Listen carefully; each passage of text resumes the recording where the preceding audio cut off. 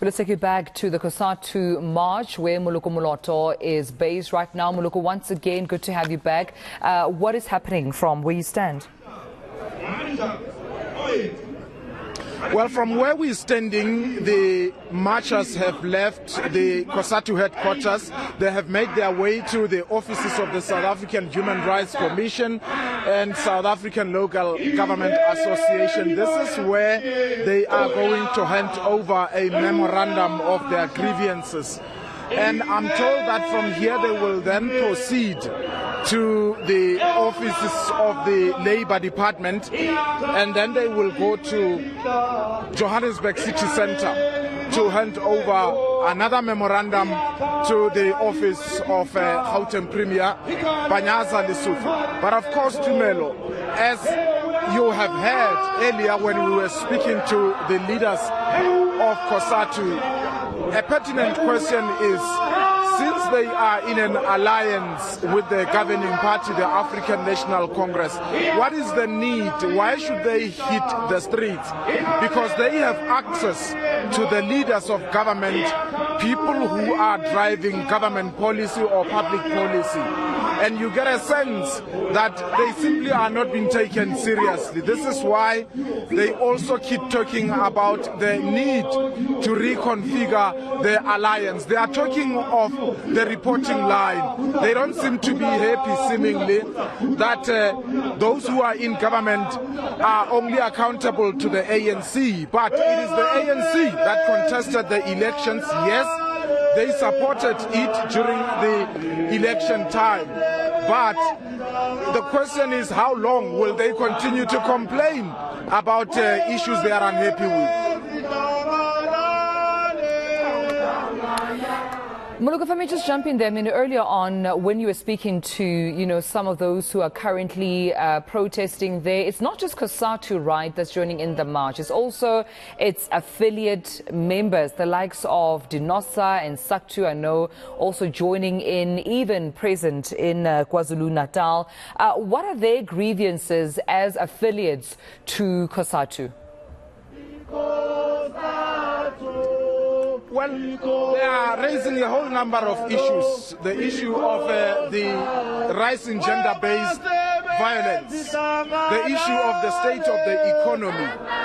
We know that unemployment is very high in this country, and we continue to see even the increase of joblessness, particularly among young people. Unemployment among the university graduates, which for many years has been very low, in the past 10 years has increased from 5% to 10.5%. So it has doubled, which makes it very difficult for those who have even gone to school to even find jobs. And some would argue that perhaps we need to start training graduates who would not look at putting together a CV and look for a job, but they must create jobs themselves. Issues of gender disparity are some of the issues they are talking about. ESCOM, which we know is being blamed for the dwindling economic rate in our country. So a whole lot of issues about the conditions of employment where they work.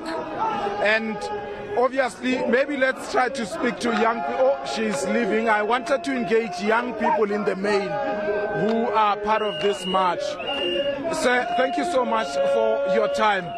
You took time to join this march. I suppose you are a worker. I mean, these issues you complain about every now and again. Why do you think they are not being attended to? The issues of workers in South Africa are no longer attended. Firstly, 70% of the members of parliament that are currently leadership, they are all from the working class. They believe and they undermine because they think before they are the one who started this struggle and they understand it better. If you look now as workers who are having a challenge where the number one, the president, is the one who started the issue of workers' rights. But he's the first one after the 24 years who stopped the rights of the workers. You can see us in public sector.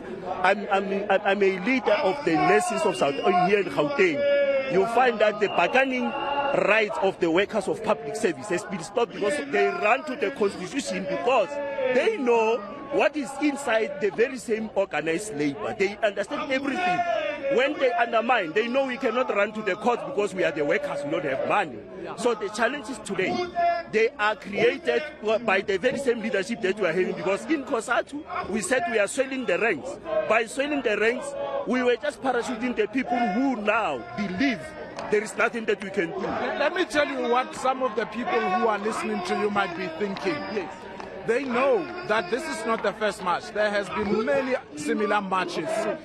And knowing that you are in an alliance with the governing party, they now know that you are not being taken seriously. And some of them are going to say, you can only complain, there's nothing else you can do. Are they wrong?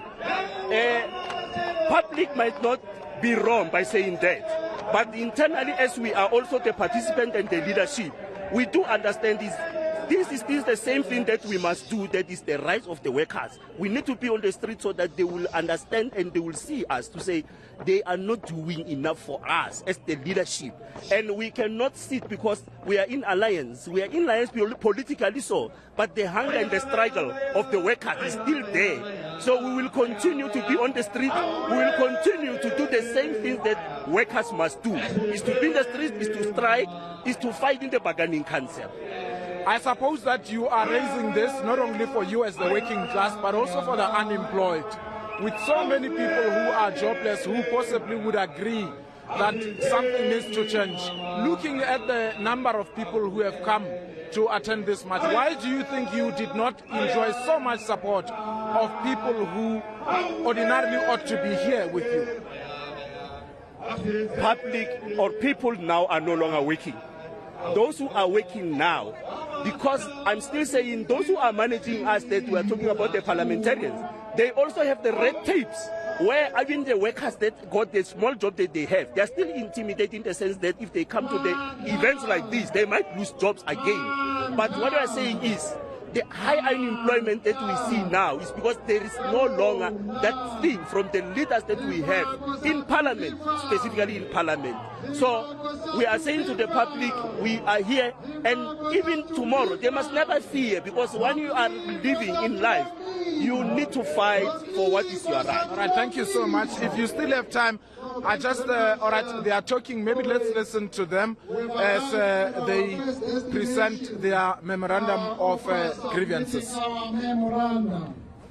Amongst us, comrades, we've got the leadership of the CEC of COSATU, led by our second deputy president, Comrade Luvuno Danke.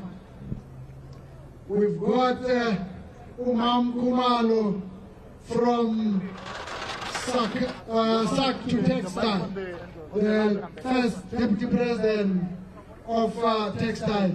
Let me do this, President. Can you greet workers?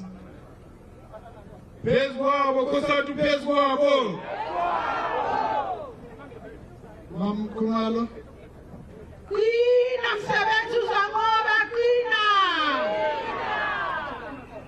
Then we can go to the gender. She's always with us, Mama. Go to Medicine. Way to Panzi harassment Panzi. Family Section 17 family. We also have leadership of the CC coming from Pausa. Comrade, can we greet workers? Manda, away to Matimba, Aina, Manda. Thank you very much. The veteran of COSATU, the longest serving local secretary in the Federation, Rami Zager. Comrade Moloko. An injury to one. An injury to one. A problem to one should be. I thank you. We have our alliance partners present here today. The South African Communist Party is here today, led by the second Provincial Deputy Secretary, Comrade Sikit Mushweshu. So they are coming. They'll greet you somewhere else. So they are here. Together with him, we've got the IPCC coordinator of SANCO, Comrade Abraham Mashishi, is also here with us. You'll see him when we get to the next destination. We have my look-alike, so we do the things the same. So he's a young worker. Right, as of course that address by COSATU to its members continues out right here in Gauteng. We'll continue to track other parts of the country where this nationwide strike by COSATU and its affiliates continues.